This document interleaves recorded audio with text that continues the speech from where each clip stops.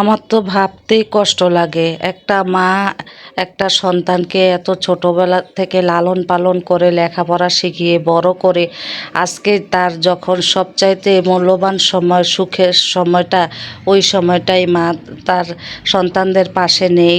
আল্লাহর ডাকে সাড়া দিয়ে পরপারে চলে গেছে। আসসালামু আলাইকুম দর্শক, সবাই কেমন আছেন? আশা করি যে যেখানে আছেন আল্লাহর রহমতে ভালোই আছেন। আমিও আলহামদুলিল্লাহ আল্লাহর রহমতে অনেক অনেক ভালো আছি।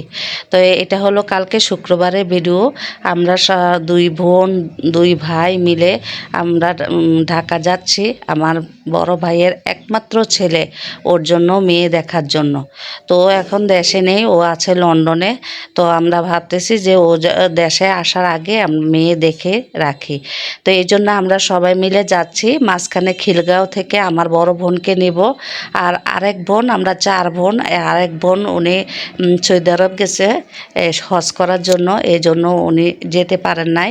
তো আমরা যাচ্ছি। তারপরে আমার সাথে আমাদের বড় ভাবি যাচ্ছে, ছোট ভাই, মেয়ে, আমাদের মেয়েরা সবাই মিলে আমরা একসাথে যাচ্ছি।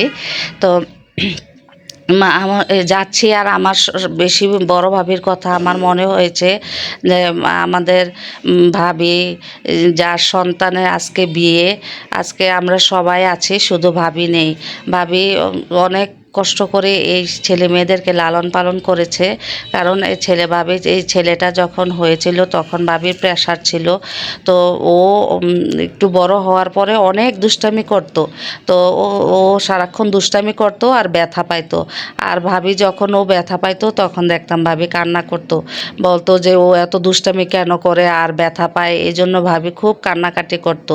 মানে আর ওর 2 বছর পরে ভাবির আবার 2টা যমজ বাচ্চা মেয়ে সন্তান হয়। তো 3টা বাচ্চা নিয়ে ভাবি অনেক কষ্ট করে ওদেরকে লালন পালন করে। কিন্তু আফসোস ওদের জন্য এত কষ্ট করেও ভাবি আজকে ওদের পাশে নাই। তো তারপরে আমরা এখানে চলে আসছি। আর ভাবি সব সময় বাচ্চাদেরকে নিজের কাছ থেকে দূরে থাকতে দিত না। সব সময় ভাবি পাশে পাশে রাখতো। বলতো যে মানে ভাবি মনে হয় ভয় পাইতো যে বাচ্চারা দূরে গেলে হয়তো হারিয়ে ফেলবে। এই জন্য ভাবি সব সময় নিজের কাছে কাছে রাখতেন, ওদেরকে দূরে কোথাও যেতে দিতেন না। তো এই জন্যই হয়তো আল্লাহ ভাবিকে নিয়ে গেছে ওদের কাছ থেকে, ওদেরকে আমাদের কাছে রেখে গেছে। তো এখানে আমরা মেয়ে দেখলাম। মেয়ে দেখার পর আমাদের মেয়ে পছন্দ হয়েছে। তো ভাবলাম যে আমরা তো বারবার আসা সম্ভব না, তাহলে ফোনেই বিয়েটা হয়ে যাক। তো এই জন্য আমরা দোনো পক্ষ রাজি হয়ে সব কিছু গুছিয়ে আমরা বিয়ের জন্য অপেক্ষা করতেছি। তো আমরা দুপুরে খাওয়া দাওয়া করেছি। খাওয়া দাওয়া করে বিকালে নাস্তা খেয়ে সবাই কথাবার্তা শেষ করে তারপরে আমরা সন্ধ্যার পরে কাজে আসবে, কাজের জন্য সবাই বসে অপেক্ষা করতেছি। তো এই জন্য সবাই এখানে বসে আছি। আর কি করব, ভাবলাম যে একটু দেরি হলেও সমস্যা নেই। এই দেরি হলেও তারপরও আমরা যাতে সবাই এই কাজটা সেরে যেতে পারি। কারণ সবাই একসাথে হয়ে বারবার আসাটা সম্ভব না। একবার যেতে আমাদের অনেক কষ্ট হয়, আর জার্নিটা অনেক দূরে হয়ে যায়। আর দিনে দিনে আসা যাওয়াটা অনেক কষ্ট হয়ে যায়। এই জন্য আমরা ভাবলাম যে কাজটা সেরে যাই, তারপরে ছেলে আসলে অনুষ্ঠান করে মেয়েকে আমরা নিয়ে যাব। তো আলহামদুলিল্লাহ আমরা এই কাজটা শেষ করলাম। বিয়ের কাজটা শেষ করে আমরা আবার বাসার উদ্দেশ্যে সবাই রওনা হয়ে গেলাম। বাসায় আসতে আসতে আমাদের প্রায় 12টা বেজে গেছে। তো এই যে এখানে বিকালে সবাই চা নাস্তা খাচ্ছে আর সবাই বসে একসাথে আলাপ করতেছে। তা আমাদের বউয়ের মা বাবা আলহামদুলিল্লাহ অনেক ভালো মানুষ। ওনাদের সাথে আমাদের মানে একদম আত্মার একটা সম্পর্ক হয়ে গেছে। আমাদের কথাবার্তা, ওনাদের আচার আচরণ আমাদের অনেক ভালো লেগেছে। তো এই জন্য আমরা ভাবলাম যে আমরা সম্পর্কটা করে ফেলি।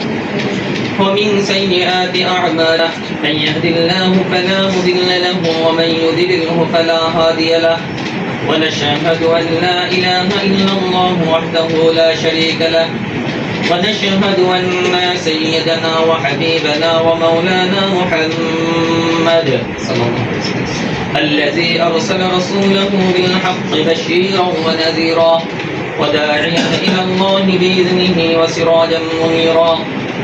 فقد قال الله تعالى في كلامه المجيد والفرقان الحميد أعوذ بالله من الشيطان الرجيم يا أيها الذين آمنوا اتقوا الله وقولوا قولا سديدا يصلح لكم أعمالكم ويغفر لكم ذنوبكم ومن يطع الله ورسوله فقد فاز فوزا عظيما وقال تعالى يا أيها الذين آمنوا اتقوا الله حق تقاته ولا تموتن إلا وأنتم مسلمون وقال تعالى يا أيها الناس اتقوا ربكم আলহামদুলিল্লাহ বিয়ে সম্পূর্ণ হলো।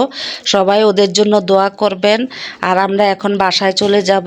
তো আমি আমার রিকোয়েস্টটা করে নিই, দর্শক আমার ভিডিওর কোনো অংশ যদি আপনাদের ভালো লেগে থাকে তাহলে একটা সাবস্ক্রাইব করে দিবেন, বেশি বেশি শেয়ার করে দিবেন, আর কমেন্টে আপনাদের মূল্যমাত জানিয়ে যাবেন। যারা এ পর্যন্ত একটা লাইক দেননি একটা লাইক দিয়ে দিবেন। আল্লাহ হাফেজ।